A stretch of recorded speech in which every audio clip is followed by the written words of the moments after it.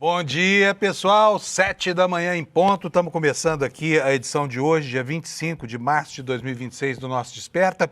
Eu quero que você saia da cama com alegria e tenha um dia excepcional hoje, quarta-feira, né? Meiozinho da semana, porque, enfim, o dia está quente, a essa altura do campeonato. As informações estão pululando aqui na minha tela para a gente começar a entender o que aconteceu ontem no Brasil e projetar o dia de hoje. Então, bom dia para você, que você acorde com muita alegria e disposição para enfrentar essa quarta-feira. Gente, Bolsonaro está em casa, na sua gaiola de ouro, né? Depois de purgar um período lá na Papudinha, agora o presidiário da extrema-direita brasileira está em casa, do jeito que queria, recebendo lá a atenção da família. Michele Bolsonaro disse que vai cuidar muito bem dele, não pode mais dormir sozinho, só que vai de tornozeleira, né? E ontem nas redes sociais foi engraçada a reação, porque ao invés de ficarem alegres por terem de volta o pai em casa, parecia um pé da vida, sabe? Em manifestações no Twitter, essa coisa toda, dizendo que isso não é nada, né? Não é concessão nenhuma. Não custa lembrar aqui que custou sim uma maratona lá de Michele Bolsonaro, Flávio Bolsonaro, ministro do Supremo, lá na orelhinha do Xandão, para soltar o Bolsonaro, para tirar o Bolsonaro da cadeia. Agora, tirando isso, enfim, é um paciente idoso, cheio de problemas de saúde e não vai estar livre de 1000 restrições. Não vai poder falar no telefone, não vai poder brincar nas redes sociais, como ele gosta. Enfim, não vai poder uma série de coisas que eu duvido que ele vá cumprir, mas está lá tudo escrutinado, tudo escrito lá no papelzinho com o qual o Alexandre de Moraes mandou tirar o Bolsonaro da cadeia, tá? Outro sujeito da extrema-direita que não está bem na foto é quem? Donald Trump, Donald J. Trump. O grande ditador universal, o homem que se acha um César romano e que quer impor ao mundo as suas vontades e as suas birrinhas, né? Só que dessa vez numa situação muito desgastante para ele. Enquanto as pesquisas nos Estados Unidos mostram que a popularidade dele continua decrescendo, hoje ele tem praticamente 1/3 da opinião pública a favor dele, por mais incrível que isso possa parecer. Mas os cidadãos americanos, os cidadãos norte-americanos ou estadunidenses, como você queira, estão sentindo na pele o que é uma aventura irresponsável de um sujeito que, como eu digo aqui todo santo dia, beira um estado de demência frontotemporal claro. O que está acontecendo? O Trump começou uma guerra sem propósito, achou que ia ser um passeio sobre o Irã, e não era um passeio sobre o Irã. O Irã é uma nação que tem uma capacidade militar incrível e resistiu bravamente nessa investida de Israel e dos Estados Unidos contra o seu território. Agora Trump está dando um jeito de voltar para casa. E ele conseguiu fazer isso com a intermediação do Paquistão, país que está lá no leve trás de documentos entre um lado e outro, mas houve claramente um recuo de Trump, sabe? Uma vitória de pirro, sabe? Aquela vitória que custa muito mais caro do que uma derrota, né? O general Pirro é um personagem muito interessante da memória grega. Ele que, enfim, ao final de uma batalha, diz que outra guerra como aquela, se acontecesse, ia acabar com seus exércitos. Com relação ao Trump, é mais ou menos a mesma coisa assim. Então, tá louco para acabar com a guerra lá. Em compensação, o Irã confirmou que recebeu uma proposta de paz, mas não falou nada a respeito, não teceu considerações a respeito. No entanto, navios que são considerados não hostis já estão voltando a circular lá pelo Estreito de Hormuz. Daqui a pouquinho a gente vai dar uma olhadinha no mapa que mostra em tempo real a movimentação de navios para saber o que... Aliás, já está aqui na minha tela. Deixa eu até mostrar para vocês aqui rapidinho. Olha só, esse joelhinho que você vai ver aí, que o Alex vai colocar para a gente, é o Estreito de Hormuz, né? Então a gente vê, olha, aqui, olha, esse vermelhinho, vou aumentar aqui para vocês, ó. Esses símbolos que aparecem aqui em vermelho são navios petroleiros, tá? Vocês veem que já tem aqui, ó, tem pelo menos um neste momento, 4 horas atrás, que foi a última vez que essa posição foi atualizada. Esse navio estava aqui, é um navio chinês, né, chamado Egret, e ele passou pelo Estreito de Hormuz. Então, alguns navios estão passando lá, os iranianos efetivamente estão permitindo a passagem, mas vai entrar para a história americana, o Trump, como um sujeito que, além da irresponsabilidade na condução dos negócios desse país e das guerras, principalmente, né, ainda coloca o cidadão americano numa roubada para pagar uma conta caríssima. Sabe quanto está custando o litro de gasolina em alguns postos da Flórida, o galão de gasolina? Está custando $8. $8. É quase o dobro do que custava antes dessa guerra insana do Trump. O que significa $8 hoje? R$45, tá?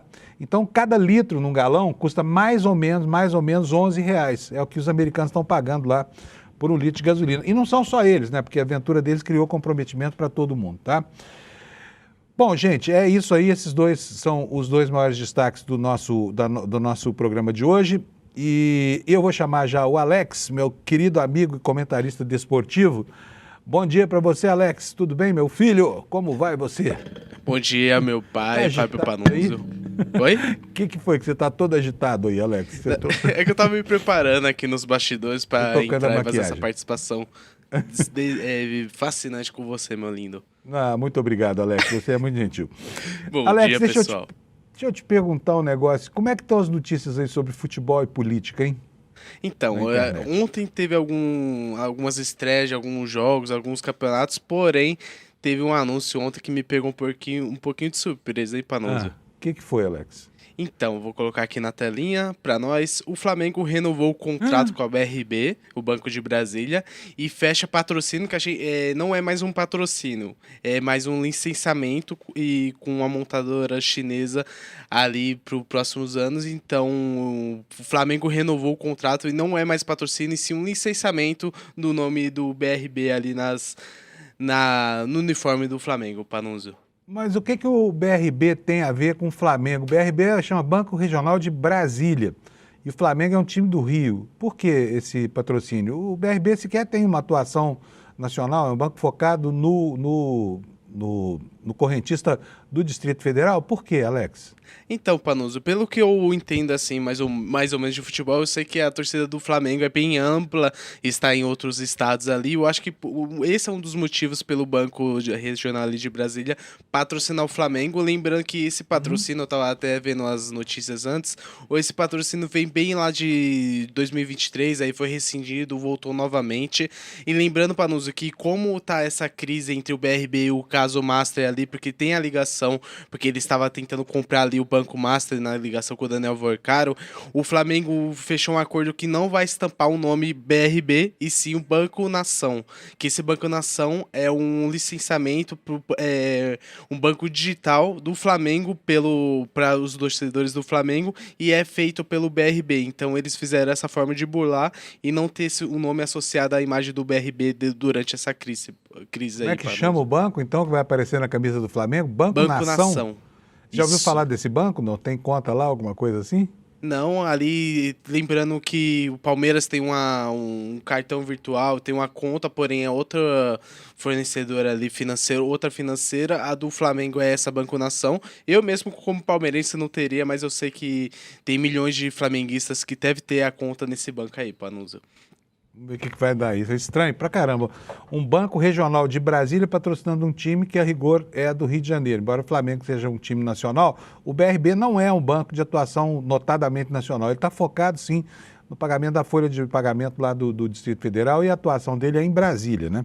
Isso então, mesmo, fica aí o lembrando, registro. Panunzio, que é 25 milhões, um contrato de 2 anos, e o Flamengo irá receber a metade desse valor à vista, porque tem medo de não receber os valores por conta de toda a polêmica que vem desdobrando aí ultimamente. Então, foi a forma que fez o Flamengo de ter um dinheiro a mais na sua conta ali, em medo de toda essa polêmica ali que está acontecendo em Brasília, no Banco Master, com o Vorcaro e tudo, Panunzio. Ou seja, síntese da notícia para você entender. O Flamengo, grande Flamengo, timaço brasileiro, Sim. né? Que ferrou o Palmeiras no ano passado e muito, 2 vezes pelo menos, né? Aqui e lá fora. Esse time aí, que o Alex adora, o Flamengo, Sim. recebeu o patrocínio de 20 milhões do BRB para não estampar a marca BRB na camiseta. Isso. É curioso. E segundo o Flamengo, não é um patrocínio, e sim um licenciamento para tentar limpar a imagem ali do clube, Panunzio. Será que vai limpar com BRB, hein? Vamos Enfim. ver.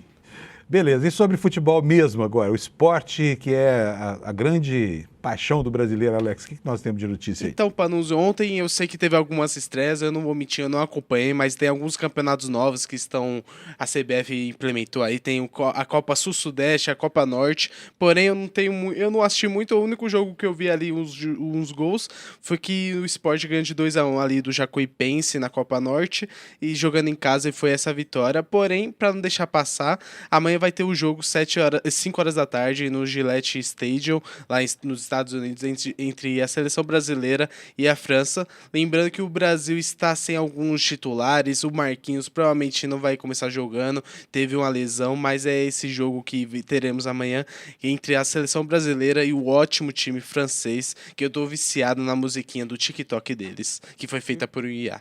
Como é que é a musiquinha deles no TikTok? Dá pra gente tocar, não? Pior que não, mas eles falam Dembélé, Shaq, falam o nome de uns jogadores que são estrelas, eu estou apaixonado por essa música, Panusa. Muito bom, deve ser legal. Então, é uma pena que a gente não pode colocar essas coisas aqui, porque tem problema de direitos autorais. O YouTube é terrível para isso aí, a gente não consegue, mas podemos falar, né? Mas sim, o Alex vai ensaiar uma dancinha no TikTok do negócio e vai mostrar pra gente aqui depois, amanhã ou depois, não é isso, Alex? Isso mesmo, amanhã eu ia chamar o Anderson, mas o Anderson não estará aqui pra gente dançar junto, mas eu irei elaborar essa dancinha, Panusa. Tá bom. Vamos nessa. Muito bom. Acabamos por hoje? Acabamos. Sumiu o Alex aí. Sumiu o Alex do vídeo aí. Gente, amanhã vai ter dancinha do TikTok, então, aqui, com o hino de... que é o clube, Alex? Fala aí pra mim. Da França ali, a seleção francesa tá tendo uma música feita tá por IA. falando pra mim ou pra todo mundo? Pra todo mundo. Vai ter, como é que é o negócio? Então repete. É a música francesa ali, feita por IA do time francês, que fala do Dembélé, Shaq, Olise, todas as estrelas francesas. A gente vai trazer uma dancinha aqui, eu e Andex e o Anderson. Vocês não percam o espetáculo que vai acontecer aqui amanhã. Amanhã já não, você vai precisar de um tempo para ensaiar a coreografia. Acho que na sexta-feira. E depois disso, na semana que vem, nós vamos pedir para o Alex dançar para a gente também o hino do Berlândia Esporte Clube, tá bom? Esse eu sei de cor. Gente, vamos lá, vamos para, enfim, para o que interessa mesmo, né? Que é a questão das noticinhas que estão pululando aqui. Hoje nós estamos cheios delas aqui. Então, começando aqui hoje pelo nosso site, o iclnoticias.com.br, o portal que deixa você bem informado logo cedinho. Manchete principal do nosso grande Chico aqui, que é o editor do site, condenados e inelegíveis. TSE condenou ex-governador e também o presidente da Assembleia Legislativa. Malsinado Rio de Janeiro, não é não, gente? Fala sério, hein? Quanta encrenca com esse governador. Ser governador do Rio de Janeiro é maior perrengue, porque o cara ou sai preso ou sai caçado. Todo mundo. Pega aqui, olha, desde o tempo... Acho que o último governador do Rio que saiu sem problema do governo foi o Leonel Brizola. Porque de lá para cá, Antony Garotinho, Sérgio Cabral, enfim, todo mundo se ferrou aí, né? E agora, ontem, quem se ferrou foi o Cláudio Castro, muito merecidamente, esse governador que foi lá dentro do caixa de uma fundação da UERJ para meter a mão, contratar 27 mil servidores para atuar na campanha dele. Pagamento em dinheiro na boca do caixa, um absurdo. E ainda achou que podia se livrar da refrega. Mas não, o TSE repôs as coisas no seu devido lugar. Aliás, aqui não vai nem o elogio ao TSE, porque o TSE permitiu que esse sujeito, com essa bandalha toda que fez na eleição, concluísse praticamente o mandato dele, porque ele estava obrigado mesmo a se licenciar agora para disputar outro cargo, né? Só que não vai ter. O futuro político desse sujeito está travado. Ele que entrou ali na carona do Wilson Witzel, outro que saiu da política pela porta do fundo, né? Esse cara está condenado a ficar 8 anos fora da política para o nosso regozijo, para a nossa alegria, né? E assim, para a tranquilidade das contas públicas lá do Rio de Janeiro. Então, o eleitor carioca tem muito que comemorar. Vamos ver se aprendeu alguma coisa agora, porque não é possível, né? Tanto governador ruim, tanta gente desonesta, ladra, descomprometida, né, de compromissos éticos. Não se sabe o que é isso lá no Rio de Janeiro entre governantes. Incrível, né? E é o estado que foi capital do Brasil durante, né, 400 e tantos anos.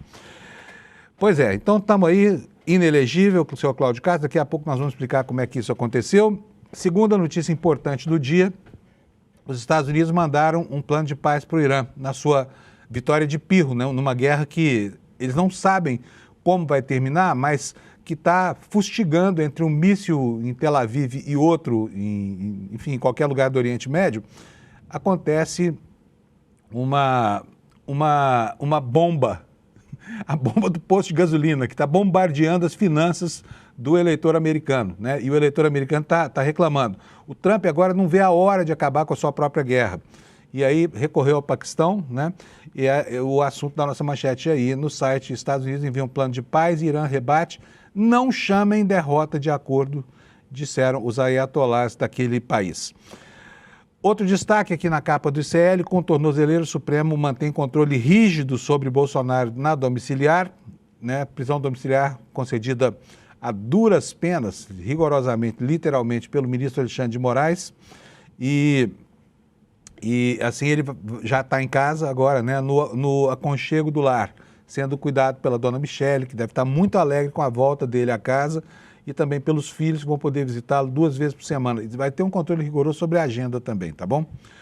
O Kleber Lourenço vai nos contar daqui a pouco que o Sóstenes Cavalcante formalizou, sabe aquela história dos 430 mil que foram achados lá no lugar onde ele mora, lá em Brasília, no apartamento dele? Pois é, esses 430 mil foi uma coisa engraçada, porque o Sóstenes Cavalcante, a julgar pela declaração que entregou para o imposto de renda, é pobre de marré, pobrezinho de marré, mas tinha 430 mil em casa. Esqueci, olha, putz, vendi um apartamento, esqueci o dinheiro embaixo da pia lá do meu AP, e aí, só que não cola, porque é uma justificativa muito estranha para uma situação ainda mais estranha.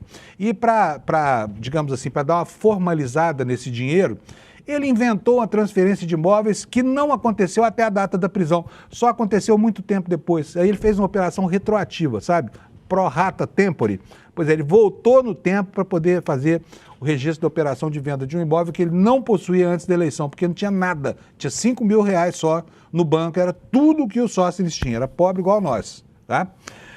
Bom, lá em Santa Catarina, um processo num shopping, a Amanda Miranda nos conta que hoje foram presos porque faziam manifestação a favor do fim da escala 6x1. Santa Catarina está caminhando rapidamente para se tornar uma mini ditadura estadual, né? Lá pode tudo, desde que seja a favor da extrema-direita, lá representada por aquele esquisitíssimo governador, tá? Lá na Câmara, no Senado, lá em Brasília, no Congresso, o senador Carlos Viana está numa encalacrada. Por quê? A atuação dele em favor da Igreja da Lagoinha é um negócio tão escrachado que os colegas agora estão pedindo a sua suspeição da condição de presidente da CPMI do INSS, que descaradamente esse senhor tem usado para defender interesses corporativos dessa empresa, né, chamada Lagoinha, que tinha até banco Clava Forte, né? E, bom, esses são os destaques, é sobre isso que a gente vai falar agora, já são 7h18, eu vou chamar o Kleber Lourenço porque está na hora dele. Bom dia, doutor Kleber, apareça para ir. Bom dia, tudo bom, Kleber? Bom dia, Panuso, bom dia, Marcos de CL, tudo bem? Tô aqui. Tudo bem. Kleber, conta para nós, por onde é que você quer começar hoje? Vamos com o Sóstenes, é um levantamento interessante ali sobre essa história que começou no ano passado, sobre a venda de imóvel, o valor apreendido ali com ele também em dinheiro. Já venho conversando com o deputado e acompanhando essa história desde a operação, e num primeiro momento ele já havia alegado, inclusive isso é comprovado por documentos, de que ele havia feito a venda em novembro do ano passado de um imóvel em Ituiutaba, no valor em torno de R$500 mil. Esse imóvel ele só acabou sendo transferido para o novo comprador apenas em janeiro deste ano, no dia 20. Ou seja, apenas após a operação, onde houve a apreensão do dinheiro e os questionamentos. Sóstenes, eu até cheguei a questionar na época se a transferência, lá em dezembro, se essa transferência havia sido concluída, se já tinha sido pago todos os impostos, se tinha alguma pendência. Ele afirmou que não saberia responder e que alguns dos impostos e informações seriam apenas com um novo comprador. Porém, eu tive acesso ali a documentos tanto da escritura quanto da transação de compra e venda referentes a este imóvel, e eles conformam que sim, apesar de Sóstenes ter concluído a transação, isso foi feito apenas em janeiro. Ou seja, a operação foi no dia 19, se eu não me engano, apenas um mês depois da operação que foi passado o imóvel no nome do deputado Sócrates Cavalcante, líder do PL na Câmara dos Deputados, para este novo proprietário, Panunzio. Beleza. Olha só, deixa eu te perguntar uma coisa. Vamos falar um pouquinho agora sobre a prisão do Bolsonaro? Prisão domiciliar do Bolsonaro, porque ele foi para casa hoje. Ô Kleber, é um tratamento isonômico porque os advogados, né, os políticos citam sempre o caso do Collor, quando vão falar do Bolsonaro. Ah, coitadinho do Bolsonaro, porque o Collor ficou só 4 dias em cana, está em casa, o Bolsonaro já está lá faz um tempão. Agora, existe equanimidade em relação, por exemplo, a outros presos que têm uma situação semelhante ou até mais grave do que a do Bolsonaro? Olha, Panunzio, obviamente não, é uma coisa que eu protesto bastante também em relação a essa prisão domiciliar. Vale também ressaltar, e isso eu vou bater muito nesse ponto, toda vez que a gente falar dessa história, eu vou lembrar disso, em comparativo em relação ao Collor, que todo mundo usa como parâmetro, o Collor não violou a tornozeleira, o Collor não teve vários avisos e advertências por violações de medidas cautelares, o Collor não teve esses problemas, o Collor não estava em prisão domiciliar e depois foi preso em regime fechado por tentar fugir, segundo a própria Polícia Federal, naquele episódio da tornozeleira. Isso não aconteceu com o Collor. Porém, a coisa é muito mais grave do que se imagina, Panunzio.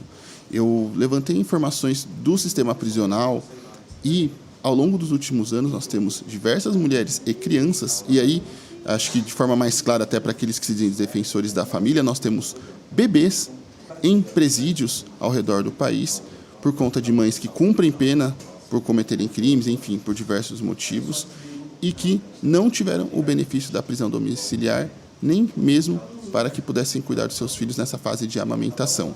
Segundo os dados do sistema prisional do segundo semestre de 2023, eram 383 mulheres grávidas ou em fase de amamentação nos presídios e 99 crianças viviam dentro de estabelecimentos penais com as mães. Já no segundo semestre de 2024, esse número deu uma leve reduzida, foram 278 mulheres, porém o número de crianças aumentou. Foram 120 crianças vivendo em estabelecimentos prisionais por conta dos crimes cometidos pelas mães e que não tiveram esse benefício. E já os últimos dados que eu tive acesso, que são do primeiro semestre do ano passado, eram 286 mulheres grávidas ou em período de amamentação e 90 crianças vivendo em unidades prisionais. Ou seja, nós temos crianças que não cometeram crime algum presas, enquanto um ex-presidente que cometeu um crime contra a democracia e tentou um golpe de Estado está em sua casa confortavelmente. Devemos lembrar também que a casa de Jair Bolsonaro é uma casa num residencial de alto padrão extremamente confortável, ou seja, um criminoso condenado tem mais conforto e mais direitos do que uma criança recém-nascida que não cometeu crime nenhum. É essa a mensagem que a justiça brasileira passa ao transferir Jair Bolsonaro para o regime domiciliar, para nos ver realmente revoltante. E olha, mais revoltante ainda é a gente perceber que o sistema judiciário não é sensível a ponto de ter a sua própria atenção voltada para esse caso, porque as mulheres são muito menos numerosas que os homens do sistema penitenciário brasileiro, né? Formalmente a conta é a seguinte, tem quase 650 mil marmanjos presos, né? E tem menos de 30 mil mulheres. Então são mais de 600 mil, é 5%. Para cada 20 homens que cometem um crime, uma mulher também comete, né, Kleber? Então é uma conta muito ruim. E criança presidiária é uma cena que realmente choca a gente, né? Crianças que não cometeram qualquer tipo de crime, que fique claro. E que estão com estão presas e não gozam desse benefício que um ex-presidente condenado tem. Bom, então se você quiser ler essa matéria do Kleber, está aqui, olha, eu vou mostrar. Alex, põe para mim a página aqui. Está aqui no nosso site, no portal, né, Kleber? É só acessar lá e você fica sabendo da informação toda, tá? E tem uma situação ainda mais revoltante nessa história também. Eu dei uma pesquisada num caso que aconteceu no final do ano passado, da Maris Vitória Kremer da Rosa, de 26 anos. Ela morreu porque ela estava sofrendo as consequências de um câncer muito severo e ela passou quase todo o período da doença presa. Ela foi apenas libertada e foi para o regime domiciliar alguns meses antes da sua morte por conta da doença. Ela foi presa em 2019 e ela só conseguiu a prisão domiciliar em março de 2025. Então nós tínhamos uma pessoa extremamente doente, com uma doença grave, um câncer, que foi condenada à prisão em regime fechado e ficou lá até quase os últimos meses da sua vida. Ou seja, tivemos mais um caso de uma pessoa extremamente doente, com problemas de saúde, que não gozou do mesmo benefício do ex-presidente Jair Bolsonaro. Só no ano passado, Panunzio, mais de 600 presos morreram por doenças no sistema prisional em regime fechado também, que não tiveram esse mesmo benefício. Então, só para você ver, a questão é muito clara, é de sobrenome e de articulação política. É uma decisão política o envio de Jair Bolsonaro para a prisão domiciliar. É uma decisão claramente política. Pode-se alegar laudos, pode-se alegar o que for, mas não é uma análise objetiva, porque se fosse uma análise objetiva, ou Jair Bolsonaro se manteria preso, uma vez que também reforça esse ponto. Quando o Bolsonaro violou a tornozeleira, ele estava completamente sozinho. Se ele tivesse qualquer outro tipo de problema de saúde, ele teria morrido na sua própria casa. Outro ponto importante, na prisão, Bolsonaro tem atendimento médico 3 vezes por dia. Nesse curto período que ele ficou na Papudinha, ele teve mais de 200 atendimentos médicos, além de acompanhamento com odontologista, fisioterapeuta e todo tipo de especialista. Quantos cidadãos brasileiros que pagam seus impostos, que não cometeram crime, que possuem a ficha limpa, têm direito a consultas médicas regulares 3 vezes por dia e um acompanhamento médico tão primoroso quanto do ex-presidente Jair Bolsonaro? Ninguém. E, infelizmente, ainda assim, ele teve esse benefício. É chocante, viu? Essa história de comparar direitos de um homem como ele, não estou dizendo que não mereça, não entendo nada disso, não quero fazer julgamento aqui de coisa que não me diz respeito, que é a natureza técnica disso, médica, né, dessa história toda. Mas é verdade, sim, que o sistema prisional brasileiro e a justiça tratam de maneira absolutamente diferente os outros que não são o Bolsonaro, tá? E aí, né, as referências desairosas que ele, Bolsonaro e a família sempre fizeram a preso. Não, aquilo é o inferno mesmo, quem mandou delinquir? Se não quisesse ir para a cadeia, não cometesse um crime. Está aí, Bolsonaro, né, pagando o preço da sua desdita. Bom, vamos mudar de assunto para um outro assunto agora. Vamos passar de Bolsonaro para bolsonaristas, né? Como o senador Carlos Viana, por exemplo, que é o presidente da CPMI do INSS e é também um dos próceres lá da Igreja da Lagoinha. Mandou dinheiro para burro, para a igreja, né, para a fundação da igreja, pelo menos R$3.600.000. E aí, o que foi feito desse dinheiro? E o que vai ser feito desse senhor que está usando a CPMI para defender a plataforma comercial da sua igreja, a Igreja da Lagoinha? Kleber. Olha, Panunzio, um requerimento protocolado pelos deputados Rogério Correia, Pedro Czai, Alencar Santana e Lindbergh Farias pede a suspeição do presidente da CPMI do INSS, justamente pela sua proximidade com a Igreja da Lagoinha, que é alvo de diversos requerimentos e suspeitas de envolvimento no escândalo dos descontos indevidos através do Clavaforte Bank. E também existem indícios e suspeitas de relação com o caso Master, uma vez que Fabiano Zettel, o braço direito de Daniel Vorcaro e que era um dos operadores da milícia privada de Daniel Vorcaro, era pastor vinculado à Igreja da Lagoinha, inclusive era responsável por uma unidade que fechou recentemente em Belo Horizonte. E, segundo os parlamentares, existem vários problemas em relação a essa relação e que impedem o prosseguimento de investigações mais específicas na CPMI. Eu conversei com o deputado Rogério Correia, que é um dos autores desse requerimento, e ele me listou alguns motivos que fizeram eles protocolarem esse requerimento. Eu vou pedir para a gente colocar o VT na tela para assistir e ver o que ele falou comigo em relação a esse assunto.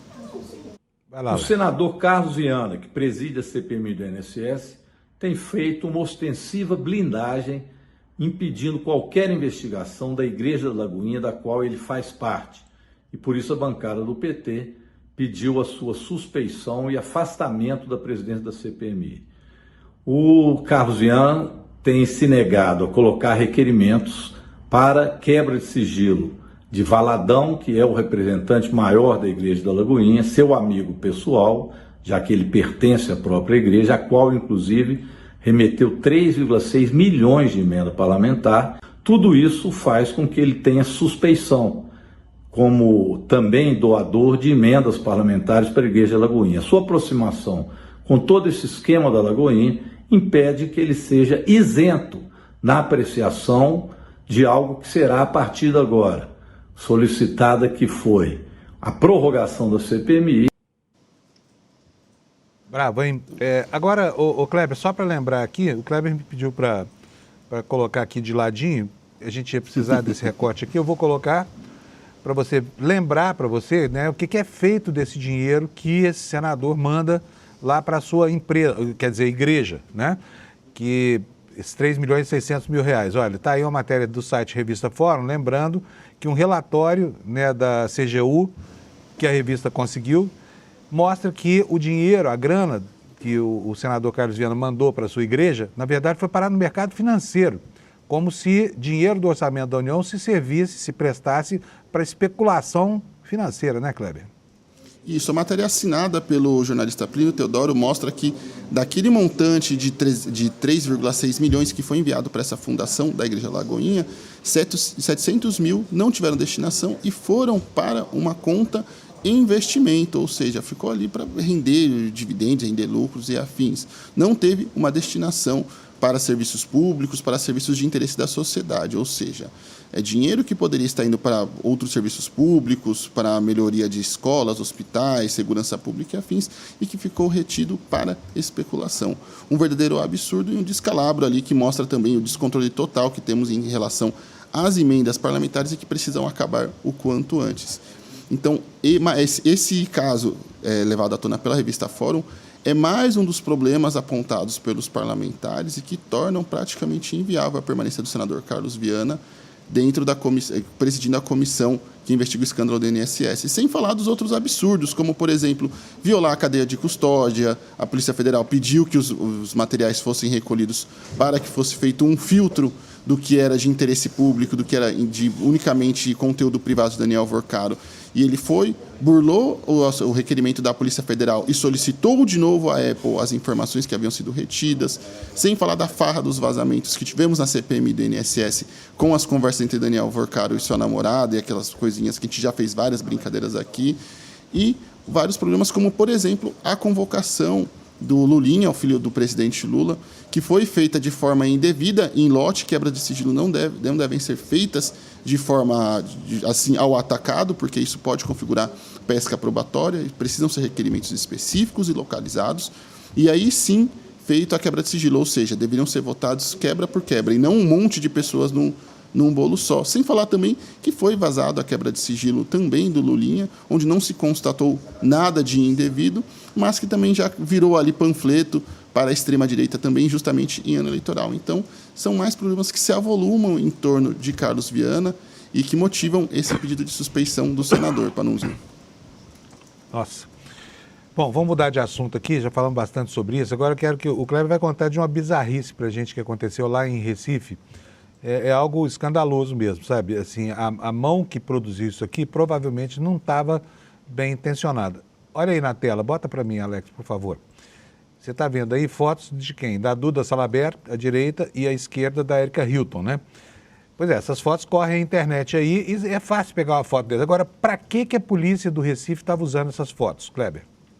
Olha, um procedimento da Polícia Civil de Pernambuco usou as imagens das deputadas naqueles catálogos de reconhecimento facial, quando uma testemunha vai depor e vai reconhecer algum criminoso ou alguém acusado de algum crime contra essa pessoa. E aí, agora, a Defensoria Pública da União pede a nulidade desses processos onde esse tipo de catálogo com a foto das parlamentares foi utilizado. Sobre esse caso, a gente tem mais informações na matéria do site e eu peço também para que a nossa comunidade possa acompanhar também lá no iclnoticias.com.br. Como é que essas fotos foram parar? Você descobriu, Kleber? Como é que essas fotos foram parar dentro do sistema de reconhecimento fotográfico da polícia de Pernambuco? Não, e a Defensoria também questiona a falta de critérios objetivos para a inclusão dessas imagens no catálogo, Panunzio. Estranho pra caramba. Botar a foto de duas deputadas, justamente, né, deputadas trans, né? Provavelmente a mão que fez essa seleção estava impulsionada por um espírito, né, completamente preconceituoso, porque senão, enfim, poderiam ter colocado a foto de qualquer outra pessoa. Beleza, Kleber, por hoje é só, né? É isso, Panunzio. Até a próxima. Beleza. Um abraço, tchau. Kleber. Bom dia para você. Obrigado, viu? Bom dia. Kleber Lourenço, nosso super repórter aqui, apurando para a gente informações muito legais. Pessoal, vamos então passar ao noticiário do dia aqui dos outros destaques, né? Vamos falar sobre o Cláudio Castro, ex-governador do Rio, renunciou para não ser cassado, mas não adiantou nada, porque o TSE foi lá e, degola nele, vai ficar 8 anos sem disputar uma eleição. Provavelmente os advogados dele não vão tentar algum tipo de manobra aí, mas olha, dessa praga a gente está livre por muito tempo, tá? Por muito tempo.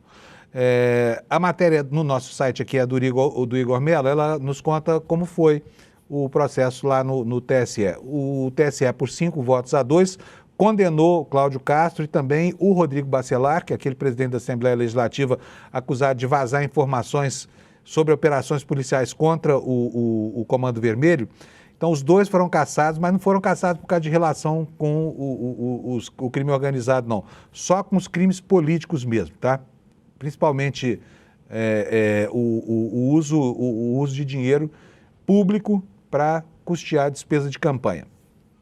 Segundo a nossa reportagem aqui, foi por comandarem o esquema dos cargos secretos na CEPERJ, que é uma fundação da Universidade do Rio de Janeiro, a UERJ, né? E os dois vão ficar inelegíveis por 8 anos e não vão ter que desembolsar uma multa.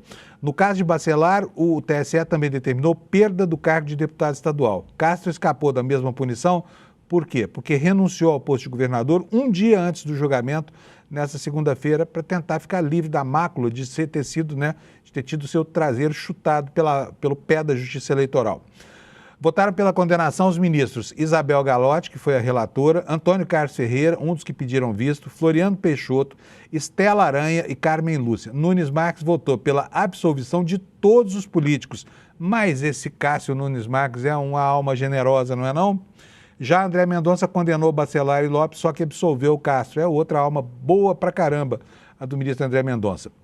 O TSE retomou o julgamento nesta terça, 24, iniciado lá em 2025. A análise foi interrompida 2 vezes por pedidos de visto de Antônio Carlos Ferreira e também do ministro Cássio Nunes Marques. Os condenados ainda podem apresentar embargos ao TSE e também a possibilidade de recurso ao Supremo Tribunal Federal. E aqui a matéria discorre sobre os votos dos ministros. Eu vou ler para vocês aqui um trechinho, porque vale a pena a gente ter mais alguns detalhes dessa informação. O ministro bondoso, Cássio Nunes Marques, optou por fazer um voto muito focado em questões jurídicas. Indicado ao Supremo por Bolsonaro, ele ignorou no voto as principais irregularidades que foram apontadas pelo Ministério Público Eleitoral durante a composição da acusação. Nunes Marques preferiu focar-se nos depoimentos de alguns contratados pela Fundação CEPERJ sobre a existência ou não de pressão para que participassem de atos de campanha. O ministro afirmou ver escassos os elementos eleitorais nas contratações e usou como argumento a contratação de pessoas ligadas a partidos de esquerda, como o PT, o PCdoB e o PSOL. Segundo a votar, o ministro Floriano Peixoto de Azevedo Marques Neto fez uma explanação dura, destacando a gravidade, ao contrário de Nunes Marques, das condutas praticadas por Castro e por seus aliados. Ele disse o seguinte: parece evidenciado que a legitimidade e a normalidade do pleito foram maculados pelo emprego desproporcional de recursos financeiros em favor dos investigados e de outros que não perfazem o polo passivo, ou seja, que não são réus nessa ação aqui, mas que também teriam sido indevida e ilicitamente beneficiados. Tá? E segue por aí. As informações todas sobre isso você tem aqui no nosso site, tá? No iclnoticias.com.br, tá?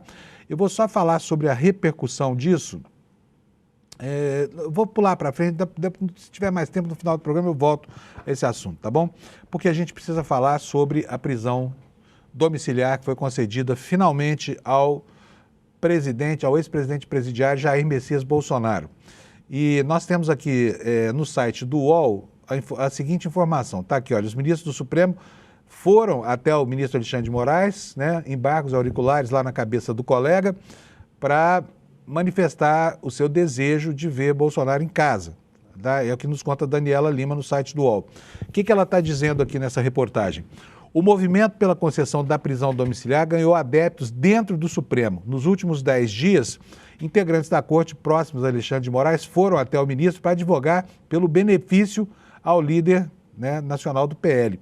Ao menos 2 integrantes do Supremo conversaram longamente com o ministro Alexandre de Moraes sobre o tema. Segundo os relatos, os colegas disseram ao ministro que, dado o agravamento do quadro de saúde do ex-presidente, mantê-lo na Papudim, em Brasília, ainda que sob monitoramento médico em tempo integral, abarcaria um risco dispensável a Moraes neste momento.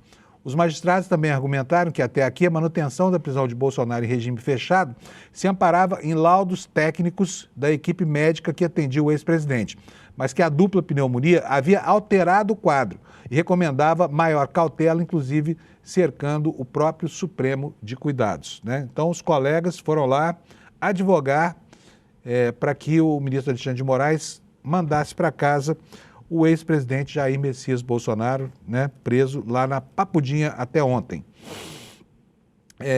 O G1, o site G1 faz aqui um balanço sobre o que aconteceu na Papudinha, que acabou se transformando num QG eleitoral, né? Lá, Bolsonaro transformou aquilo, embora em recuperação e, enfim, entre uma crise e outra, ele transformou o presídio numa espécie de QG eleitoral, recebeu visitas de aliados e pré-candidatos antes da UTI e antes da prisão domiciliar, né? A matéria do G1 nos conta o seguinte: olha, o ex-presidente Bolsonaro ficou 2 meses preso na Papudinha. Nesse período, recebeu uma série de visitas de aliados políticos para discutir estratégias para a eleição deste ano. Parte dos encontros resultou em anúncios e articulações de candidaturas, o que transformou a rotina do local em uma espécie de QG eleitoral do bolsonarismo. Aliás, o bolsonarismo, tratando de questões políticas num presídio, é o lugar ideal e adequado. Segue aqui a reportagem do Globo. Em dezembro, o senador Flávio Bolsonaro anunciou que concorreria ao Planalto com o apoio do pai, que naquele momento estava preso na sede da PF, lá em Brasília, e tinha visitas restritas. Após a transferência para Papudinha em janeiro, teve início uma romaria de aliados que foram ver o Bolsonaro em busca de aval para planos de candidaturas a governos estaduais e ao Senado. O acesso à casa de Jair Bolsonaro agora vai ficar restrito por ordem do ministro do Supremo. Quem tem acesso irrestrito a ele são os médicos e os advogados.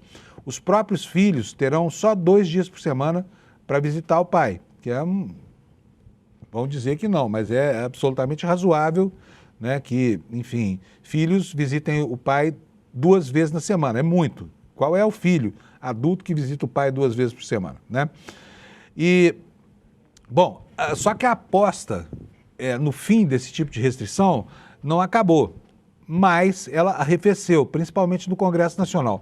Toda vez que diminui a pressão sobre o judiciário em relação a cuidados, digamos assim, cautelares com relação ao Bolsonaro, perde ímpeto no Congresso o movimento pela anistia, que ainda não morreu, mas está lá em estado letárgico, né?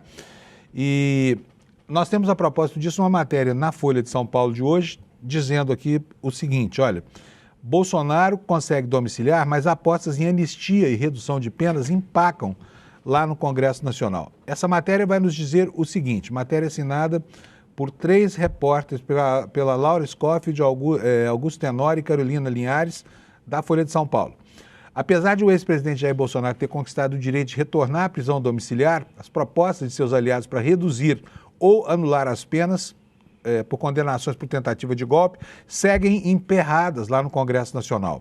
O PL da dosimetria foi vetado integralmente por Lula em 8 de janeiro desse ano e aguarda a abertura de uma sessão do Congresso Nacional para que os vetos sejam analisados. Entretanto, o presidente do Senado, senador Davi Alcolumbre, tem postergado a convocação da sessão porque há sim assinaturas suficientes para a criação de uma CPI mista para investigar o caso do Banco Master. O Alcolumbre não quer nem ouvir falar em convocar a sessão do Congresso, porque se fizer tem que instalar essa CPMI que pode investigá-lo, né? E ele estará em maus lençóis se a investigação for uma investigação séria. E pelas regras do Congresso, essa comissão seria automaticamente instalada em caso de abertura da sessão, mas o senador tem indicado que é contrário a essa comissão.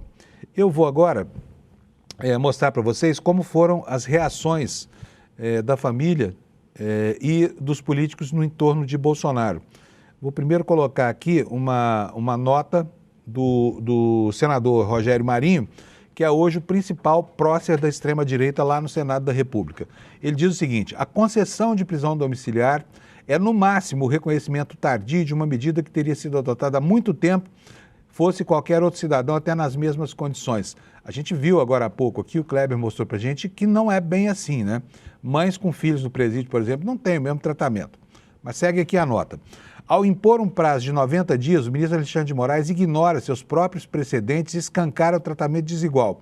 No caso de Fernando Collor, não houve essa limitação. Fica evidente que Bolsonaro está sendo tratado como refém. com a sua execução penal usada para intimidar o seu grupo político. Não bastasse a condenação por um crime impossível, fruto de um julgamento político que atropelou direitos e garantias desde o início, a perseguição continua. Bolsonaro é alvo por suas opiniões e pela força política que representa. Diferente de Lula, condenado por corrupção em todas as instâncias, Bolsonaro não responde por... Até parece, né? Não responde porque o PGR não quis, aliás. Não responde por desvios de recursos públicos, mas por uma narrativa construída para afastá-lo da vida pública, diz aqui o senador Rogério Marinho. E ele prossegue: a prisão domiciliar não é favor, é o mínimo de humanidade e respeito à lei. Ainda assim, não corrige a injustiça original, porque Bolsonaro é inocente. Vamos ver agora o que disseram os filhos, né? Primeiro, Carlos Bolsonaro mandou uma tuitada aí, que é a maneira como eles se comunicam com o mundo, dizendo que é óbvio que fico extremamente aliviado em finalmente ver meu pai em casa, podendo ser cuidado de forma mais adequada, aumentando a possibilidade de sobreviver frente a tantas comorbidades médicas expostas ao longo de meses. Mas isso não pode ser tratado como justiça e nem celebrado como tal, frente a um processo repleto de ilegalidades expostas pela própria imprensa. Para que exista justiça de verdade, nenhuma condenação dentro desse atropelador cenário pode ser normalizada. Qualquer pessoa minimamente decente sabe disso. O curioso é que aqui, a despeito do último parágrafo, a ortografia e a gramática estão mais ou menos corretas, o que é incomum nas comunicações do Carlos Bolsonaro. Agora vamos ver o que ele disse na internet. Ele gravou um videozinho, ele e o Flávio, nós vamos começar pelo vídeo dele, né, Carlos Bolsonaro. Roda para nós, Alex, por favor. O presidente Bolsonaro não cometeu crime nenhum, não desviou milhões de cofres públicos e muito menos deu golpe como tentam acusá-lo. A prisão domiciliar não se encerra o debate, mas se inicia. Bolsonaro não deveria nem sequer estar preso. O último presidente da República com uma conduta ilibada, sendo proibido de estar ao lado do povo e permanentemente censurado nas redes sociais. O maior líder popular da história do Brasil é torturado, silenciado e impedido de se comunicar todos os dias, assim como milhares de brasileiros que só queriam um país melhor. Isso não é democracia. Nós não temos liberdade e não podemos normalizar isso. É triste o que estão fazendo com o nosso país. Penas absurdas, completamente exageradas e descabidas para pessoas sem antecedentes criminais, sendo tratadas como traficantes terroristas. De fato, eu quero ver o presidente Bolsonaro em casa, mas não devemos de maneira nenhuma normalizar o fim da sua liberdade e comemorar migalhas ditatoriais. Torturado é demais, hein? Queria entender, porque os caras falam tudo que vem à cabeça, né? Sobre tortura, o que eles dizem é que eles são a favor. Bolsonaro é um cultor da ideia da tortura, né? E não se faz de rogada, ele sempre defendeu isso mesmo. Agora, é mentira que Bolsonaro tenha sido torturado, isso é total disparate do Carluxo aí, né? Que exagera. Aliás, o Carluxo tem hora que parece torcer contra o pai, porque ele lamenta tanto, ele expõe tanto assim as vísceras do pai doente e tudo mais, que às vezes é de se pensar que se ele não está torcendo pelo pior, sabe? Está lamentando aí o pior.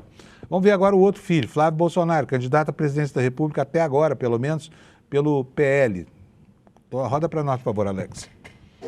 Olha, é uma decisão que nós já vínhamos batalhando há algum tempo, que é o mínimo que nós esperamos que prevaleça para o presidente Bolsonaro, a lei seja cumprida para ele, seja pela sua idade, pelo seu quadro de saúde, a nossa preocupação de ele permanecer sozinho onde ele estava, ali no 19º Batalhão, efeitos colaterais do remédio que ele toma para conter, ou tentar conter o refluxo forte que ele tem.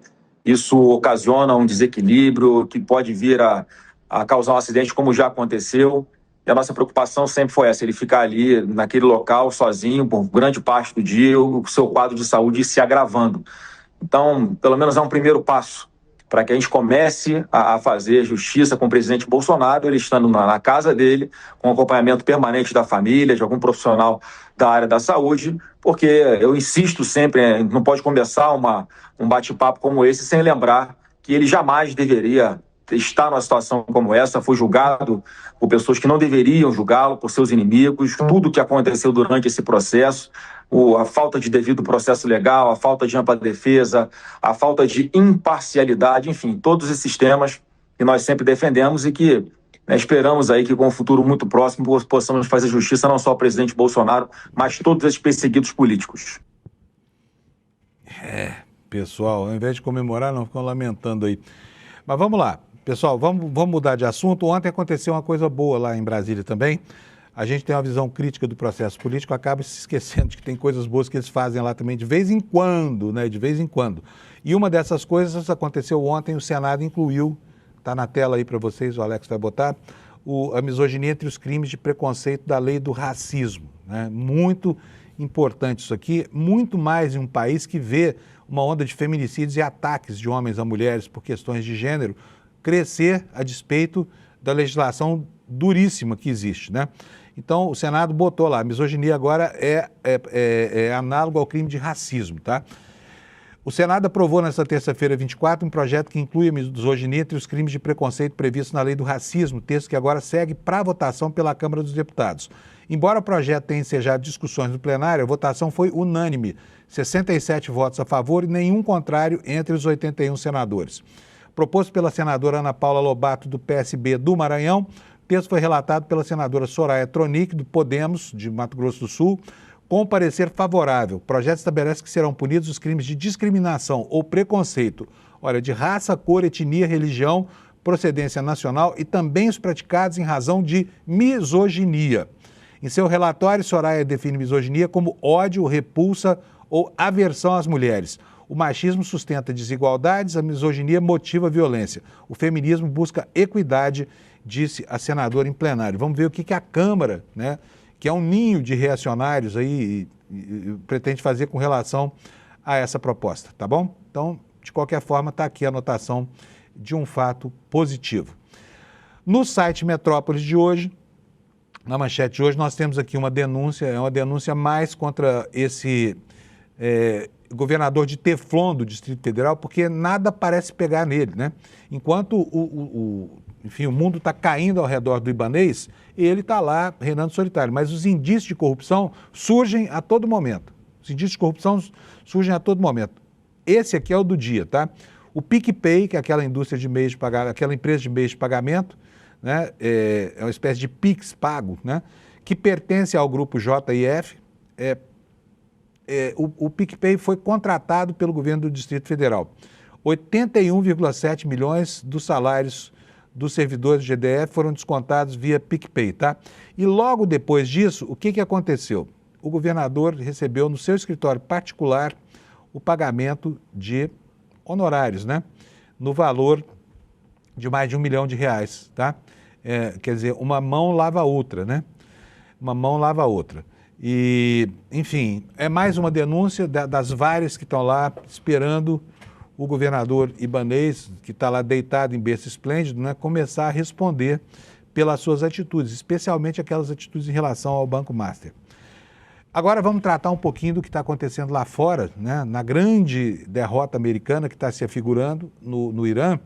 Trump agora está louco para acabar com a guerra. Vamos recordar aqui que no fim de semana passado, ele falou, ou o Irã abre o Estreito de Hormuz em 48 horas, venceram ontem, essas 48 horas, ou eu vou arrasar, eu vou obliterar, que é o verbo que ele usou, as instalações de energia elétrica do país. Nenhuma coisa, não obliterou nada nem nada. O que ele fez? Enquanto fazia as suas bravatas, ele conversava com militares do Paquistão, tentando encontrar um caminho para que uma perspectiva qualquer de encerrar as hostilidades se afigurasse para eles no horizonte, né?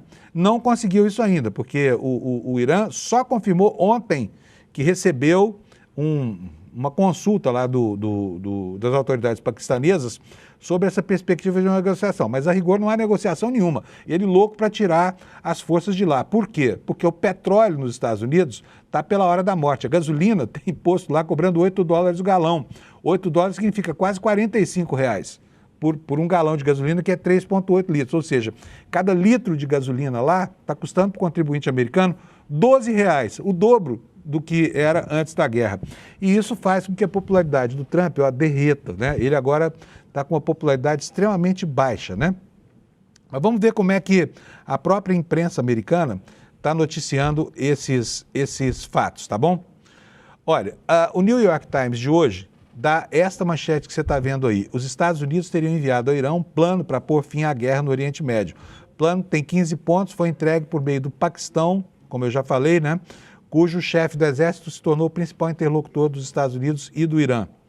E a reportagem, que é assinada por 3 repórteres desse prestigioso órgão de imprensa, diz o seguinte: os Estados Unidos enviaram ao Irã um plano de 15 pontos, né, refletindo o desejo do governo Trump de encontrar uma saída para o conflito que ele mesmo criou, tá, enquanto lida com as consequências econômicas.